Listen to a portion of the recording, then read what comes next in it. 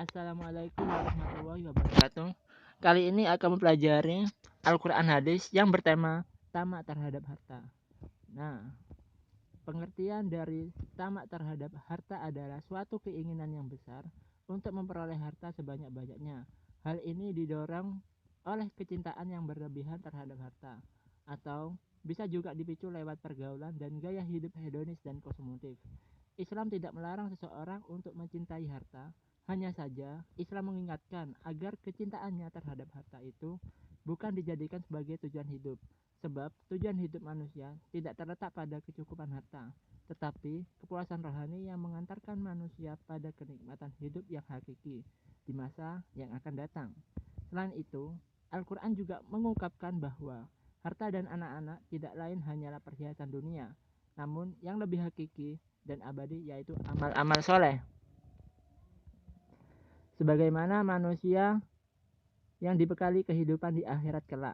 Nah, coba renungkan firman Allah dalam surat Al-Kahfi ayat 46 sebagai berikut. Bismillahirrahmanirrahim. Al-malu wal banuna zinatul hayatid dunya wal baqiyatus shalihatu khairun inda rabbika sawaban wa khairun amala. Yang artinya, harta dan anak-anak adalah perhiasan kehidupan dunia, tetapi amalan-amalan yang kekal lagi soleh itu lebih baik pahalanya di sisi Tuhanmu, serta lebih baik untuk menjadi harapan. Selanjutnya yaitu yang B, akibat buruk dari sifat tamak terhadap harta. Perilaku-perilaku negatif yang ditimbulkan dari sifat tamak antara lain: A. Bakhil.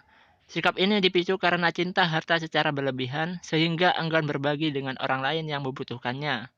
Yang B. Egois atau suatu sikap mementingkan diri sendiri. Yang C. Individualis. Sikap tidak peduli dengan lingkungannya. Yang D. Ambisius. Hasrat berpacu untuk memperoleh harta sebanyak-banyaknya. Yang E. Menjadikan harta sebagai berhala, sesuatu yang dipuja-puja dan diimpikan sehingga melalaikan tujuan kehidupan yang hakiki yaitu akhirat. Demikianlah sifat tamak terhadap harta akan membuat pelakunya semakin jauh dengan Allah SWT karena ia akan mencintai harta dan sedikit demi sedikit melupakan Allah SWT sebagai zat yang maha mencukupi dan maha memberi. Selanjutnya, kita akan membahas surat Al-Humazah dan At-Takasur. Di dalam kedua surat ini terkandung peringatan Allah SWT agar kita tidak tamak terhadap harta benda. Di samping itu, surat ini juga menggambarkan perihal ancaman Allah bagi orang-orang yang suka mencela, menimbun harta, bermegah-megahan dengan hartanya, serta enggan menafkahkan harta di jalan Allah. Selanjutnya, saya akan membacakan surat Al-Humazah beserta artinya. Bismillahirrahmanirrahim.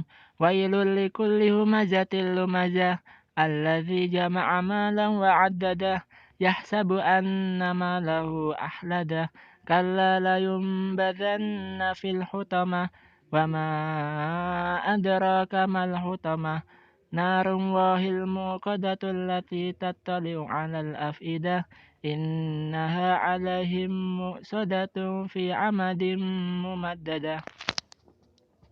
Artinya ayat pertama, celakalah bagi setiap mengumpat lagi pencela, dan ayat kedua, yang mengumpulkan harta dan menghitung-hitungnya.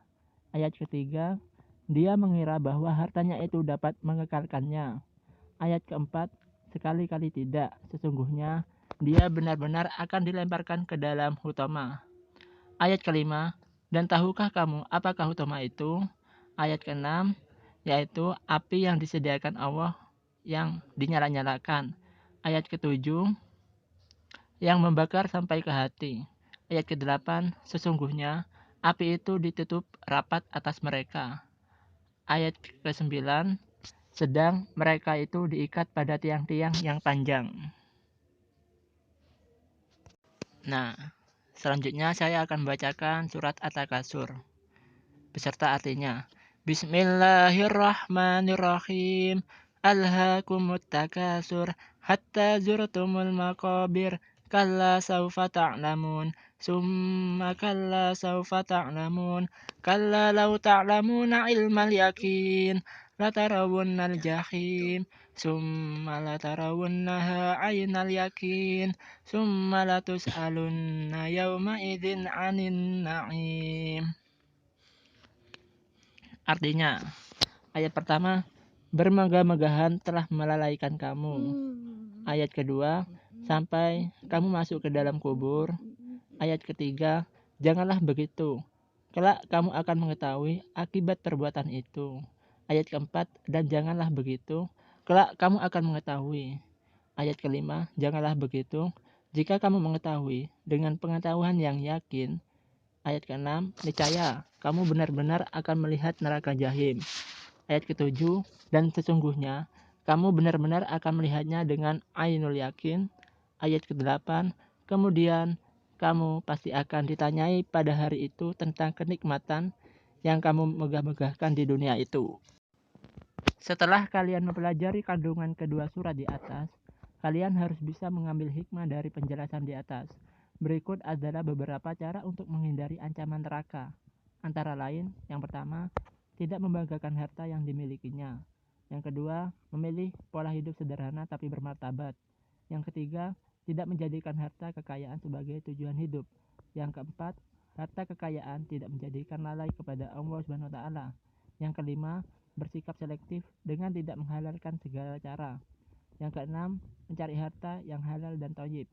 Yang ketujuh, menanamkan kesadaran bahwa harta kekayaan yang dimiliki merupakan amanah yang akan dimintai pertanggungjawaban di hadapan Allah Subhanahu wa taala. Oke, terima kasih atas perhatiannya.